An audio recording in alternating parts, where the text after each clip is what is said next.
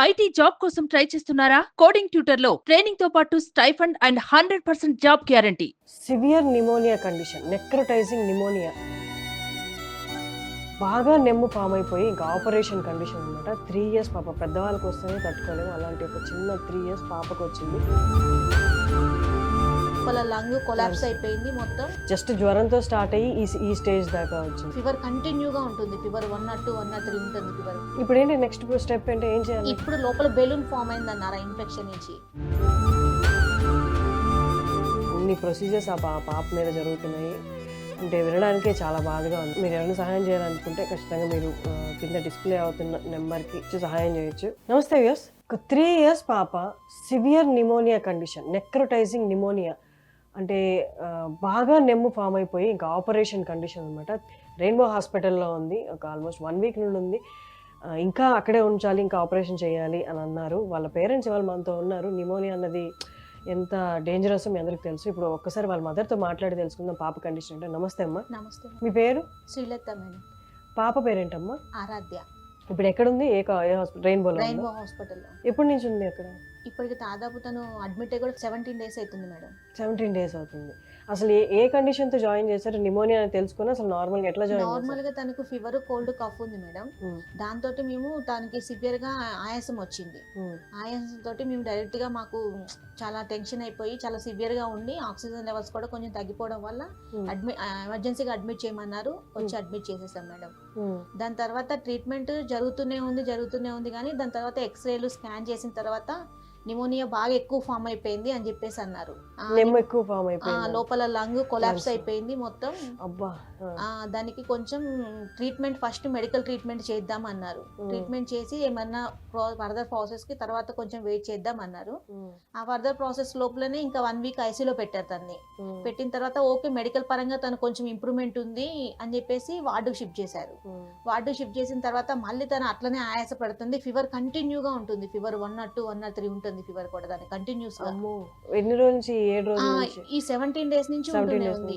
తర్వాత మళ్ళీ సార్ వాళ్ళు వచ్చి చూసి తనకి మళ్ళీ సిటీ స్కాన్ అది చెప్పారు మేడం. సిటీ స్కాన్ చేసిన తర్వాత కూడా బాగా ఇన్ఫెక్షన్ ఫామ్ అయ్యి ఆ ఇన్ఫెక్షన్ అనేది పక్క అప్పర్ లోబ్ లో పక్కన ఫామ్ అయింది. పస్ అనేది పక్క కలెక్ట్ అవుతుంది. దానికోసం ఎమర్జెన్సీగా ఆపరేషన్ అని బ్రాంకోస్కోపీ చేయాలని చెప్పేసి అన్నారు. ఆ బ్రాంకోస్కోపీ అండ్ ఆ థొరాకోస్కోపీ చేసేసారు. చేసేసి దాని నుంచి కల్చర్స్ అవన్నీ పంపించేశారు. పంపించి మళ్ళీ ఒక 2 days అబ్జర్వేషన్ ఐసీలో పెట్టారు. ఓకే బిల్ ఛార్జెస్ అవి చాలా ఎక్కువ అవుతాయని చెప్పేసి మళ్ళీ వార్డుకు షిఫ్ట్ చేసేసారు. షిఫ్ట్ చేసిన తర్వాత కూడా మళ్ళీ కంటిన్యూగా ఇట్లనే ఫీవర్ కంటిన్యూ అవుతుంది మేడం. 102, 103 ఇట్లనే కంటిన్యూ అవుతుంది. అంటే ప్రాసెస్ స్టార్ట్ అంటే ఇన్ఫెక్షన్ తగ్గు అంటే తనకి అంటే చిన్నగా ఫస్ట్ ఆపరేషన్ వరకు వెళ్ళకుండా ఫస్ట్ మెడికల్ ట్రీట్మెంట్ ద్వారా వెళ్దామని చెప్పేసి అన్నారు.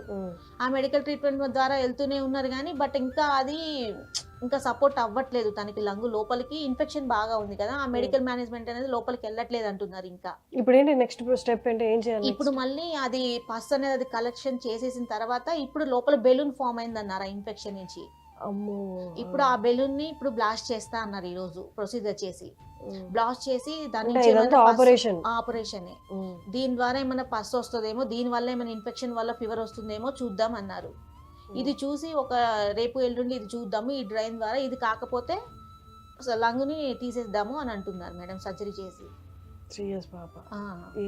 ఎంత ఖర్చు అయిందమ్మా ఇప్పటి వరకు మాకు 12 lakhs దాకా అయింది మేడం. మీరేం చేస్తుంటారు? నేను స్టాఫ్ నర్స్గా చేస్తాను మేడం. ఎక్కడ చేస్తారు? సేమ్ హాస్పిటల్లో? లేదు, ఆచారా హాస్పిటల్ వరంగల్లో. సో ఇప్పుడు దాకా ఎంత ఖర్చు అయింది? ఇంకా ఇప్పుడు ఈ ఆపరేషన్ ఇప్పుడు వరకు అయితే మాకు 12 lakhs అయింది మేడం. ఇంకా ఫర్దర్ ఇంకా చాలా డేస్ ప్రొలాంగ్ చేయాలంటున్నారు.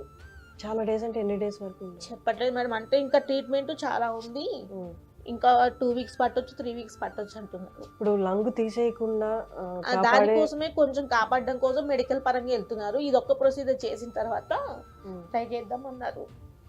ఈ ప్రొసీజర్కి ఎంత అవుతుంది? దీనికి ఇంకా మాకు అట్లా ఏం చెప్పలేదు మేడం.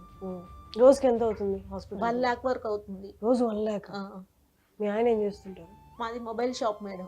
మీకు మంత్లీ అంటే మీ ఆయనది మీది అదే ఇద్దరిది కంబైన్డ్ గా ఎంత వస్తుందో చెప్పగలరా? మంత్లీ మాకు ఒక 20,000 25,000 వస్తాయి మేడం.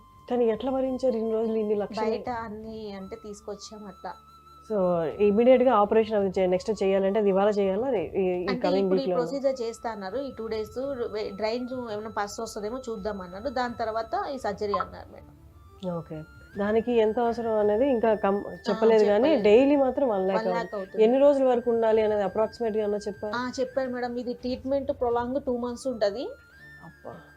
అని చెప్పారు మేడం. అంటే పాప రిలేటెడ్ ఏదైనా హెల్త్ ఇన్సూరెన్స్లు అవి కూడా ఏం లేవు లేవు కదా? మేడం, అవి ఏమి లేదు. సో పాప కండిషన్ ఇలా ఉందండి. ఎవరైనా సహాయం చేయాలి అనుకుంటే వాళ్ళకి భారం అది. రోజుకి 1,00,000 అనేది వాళ్ళ ఎర్నింగ్స్ కూడా పాపం ఆవిడ మొహమాటం లేకుండా చెప్పారు నేను అడిగినందువల్ల. మీరు ఎవరైనా వచ్చి పాపకి సహాయం చేయగలరు అనుకుంటే ఖచ్చితంగా సహాయం చేయండి. డీటెయిల్స్ అవి కింద ఇస్తాము. పాప రెయిన్బో హాస్పిటల్లో ఉంది కదమ్మా. పాప పేరు ఆరాధ్య.